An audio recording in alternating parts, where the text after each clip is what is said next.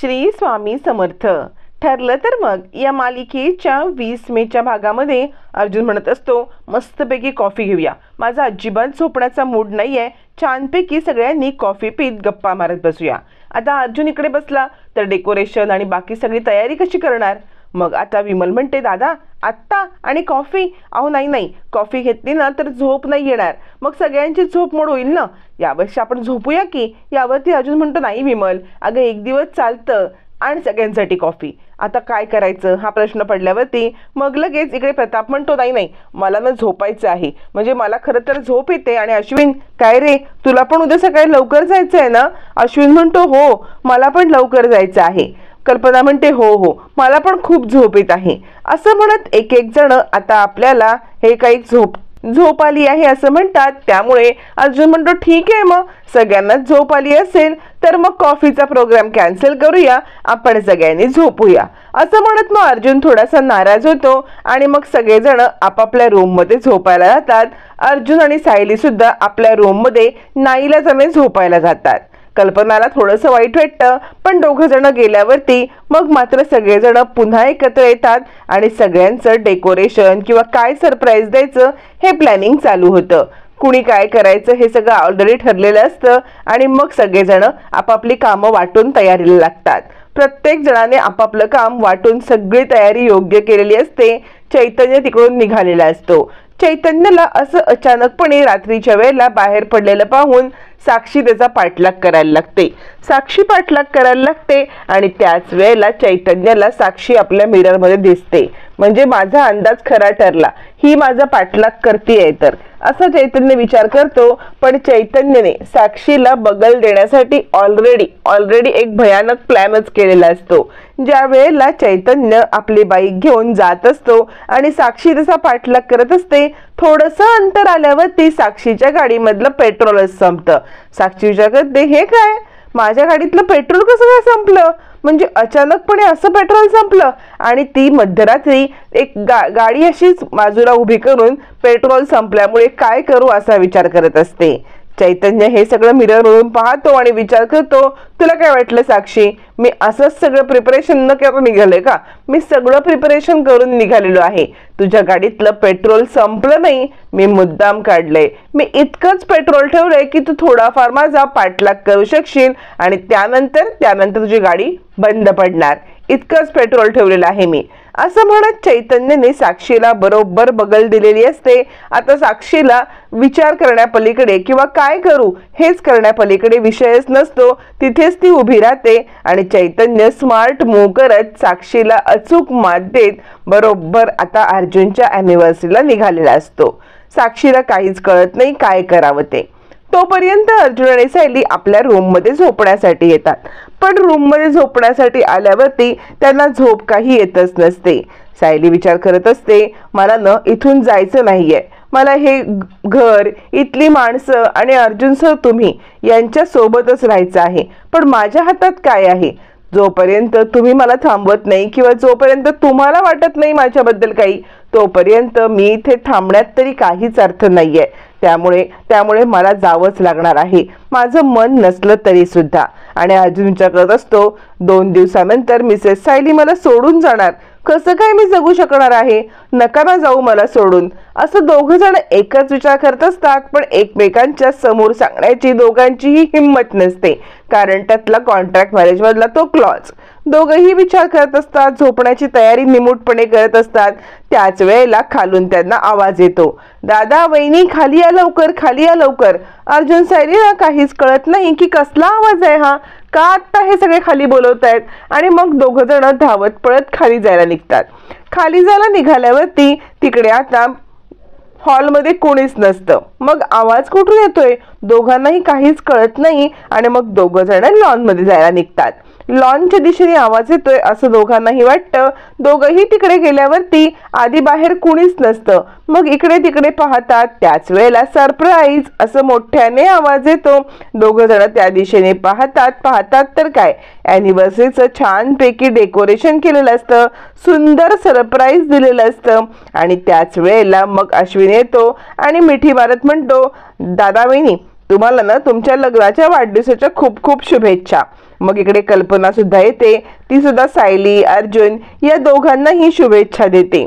दोघ जण आता सगळ्यांच्याकडे पाया पडतात. तोपर्यंत चैतन्य पण येतो. आता चैतन्याला पाहून अर्जुनला धक्काच बसतो. म्हणजे या चैतन्याला माहिती होतं की अॅनिव्हर्सरी सेलिब्रेशन आहे. मग याने का नाही आपल्याला सांगितलं? मग तो हळूच चैतन्याला बाजूला घेतो आणि काय रे चैतन्य, तुला जर का माहिती होतं की हे असं सगळं आहे तर आम्हाला सांगायचं ना, आम्ही थांबवलं असतं ना हे सगळं.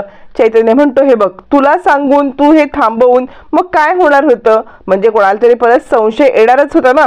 त्यापेक्षा मग म्हटलं आहे त्या फ्लो मध्ये वाहत चला, जे काही होईल ते बघू नंतर, असं म्हणत मग मात्र चैतन्य म्हणतो, अरे मी सांगितलं असतं ना तर उगाच गडबड झाली असती. चला आपण अॅनिव्हर्सरी सेलिब्रेट करूया, असं म्हणत चैतन्य विषय बदलतो आणि तो अर्जुन सायलीला घेऊन अॅनिव्हर्सरीच्या सेलिब्रेशनला येतो. त्याच वेळेला इकडे आता अश्विन म्हणतो, म्हणजे दादा वहिनी नक्की काय झालंय? एखादी हॉरर फिल्म बघितल्यासारखा तुमचा चेहरा का बरं झालेला आहे? म्हणजे आम्ही तर तुम्हाला सरप्राईज दिलं होतं, पण तुमचा चेहरा एकदम हॉरर फिल्म बघितल्यासारखाच झालाय. असं म्हटल्यावरती मग मात्र अर्जुन म्हणतो, नाही, अरे ते आम्ही सरप्राईजच झालोय खूप. यावर सायली म्हणते, हो, आम्हाला एक आनंदाचा धक्काच बसलाय. असं म्हणत दोघ जण जरी विषय बदलत असले तरी दोघांच्या मनामध्ये एकच चिंता असते की या सगळ्यामध्ये कुणालाही संशय यायला नको की हे आपलं कॉन्ट्रॅक्ट मॅरेज आहे. म्हणून दोघ जण धडपड करत असतात. आता मात्र इकडे सगळ्यांना अर्जुन सायलीचे सेलिब्रेशन करत असताना खूप आनंद होतो. अर्जुन सायलीच्या मनामध्ये मात्र लग्न झाल्यापासूनच्या चांगल्या वाईट या सगळ्या आठवणी मनामध्ये घोळत असतात. हे सगळं चालू असताना मग मात्र आता अर्जुन सायली एक एक करत सगळे फोटो पाहतात, ज्या फोटोमध्ये सगळी अरेंजमेंट अश्विनने केलेली असते. म्हणजे लग्न झाल्यापासून पहिलं सेलिब्रेशन, लग्न झाल्यानंतर त्यांची एंट्री, हे सगळे फोटो अगदी व्यवस्थित मांडलेले असतात. आणि ते फोटो मांडताना अर्जुन सायलीला नजरेसमोरून आपली आयुष्याची किंवा आपल्या लग्नाची 1 वर्षाची सगळी जर्नी आता दिसत असते. आता मात्र अश्विन म्हणतो, काय आवडलं ना सरप्राईज? अर्जुन म्हणतो, खरंच खूप शॉक आहे हा मला, म्हणजे चांगल्या पद्धतीने शॉक लागलेला आहे. खूप छान सगळं सेलिब्रेशन झालं आहे.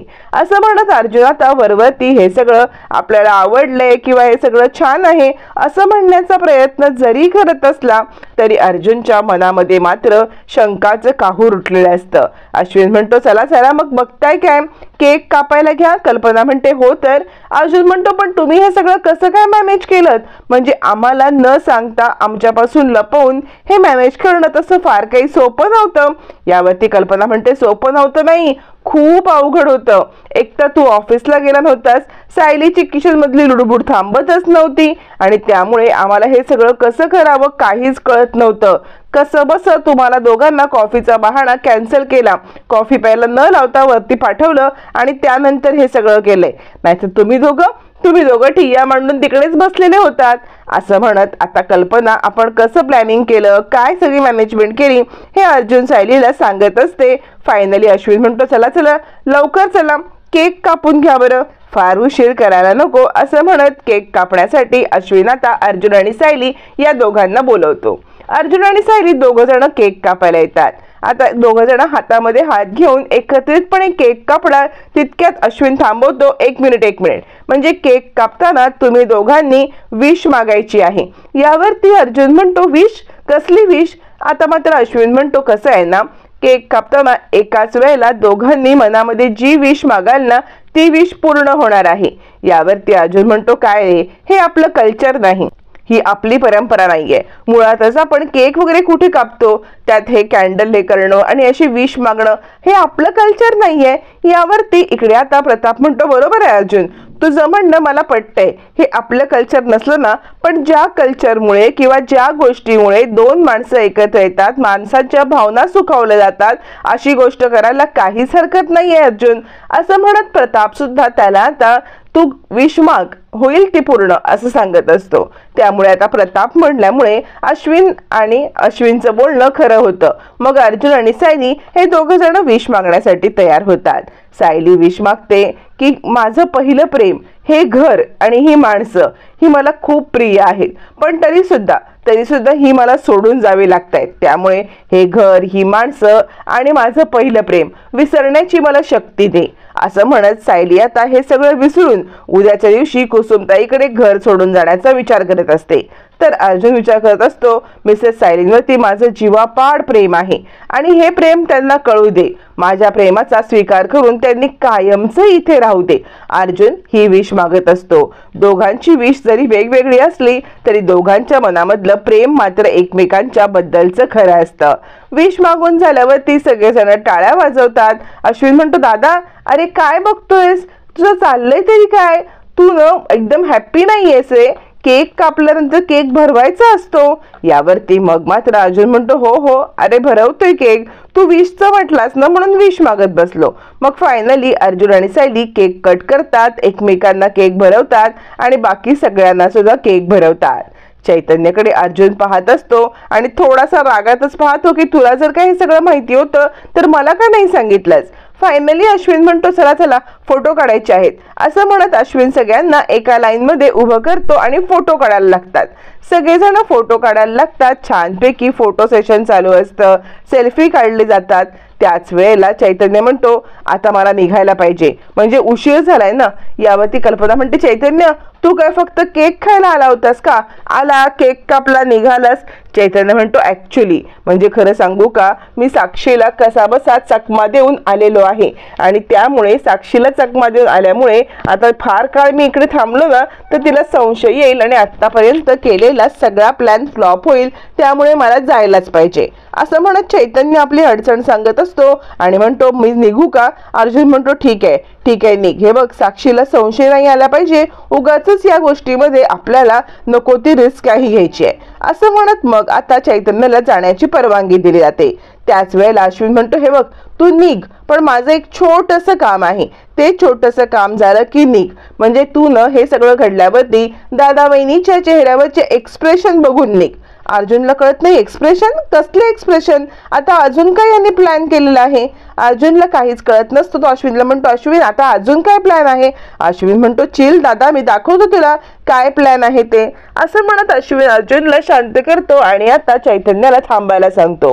चैतन्य थांबतो. त्यानंतर मग मात्र लग्नाचा सिक्वेन्स, म्हणजे लग्न ज्या दिवशी झालं, लग्न ज्या मंदिरात झालं होतं त्याचा चैतन्यने काढलेला व्हिडिओ असतो आणि तोच व्हिडिओ अश्विनने मिळवलेला असतो आणि तो व्हिडिओ आता छानपैकी लॅपटॉपवरती प्ले केला जातो. लग्नापासूनचं ते आत्तापर्यंतचे जे अर्जुन सायलीचे व्हिडिओ असतात, जी त्यांची जर्नी असते ते अचूक पद्धतीने अश्विनने मांडणी केलेली असते.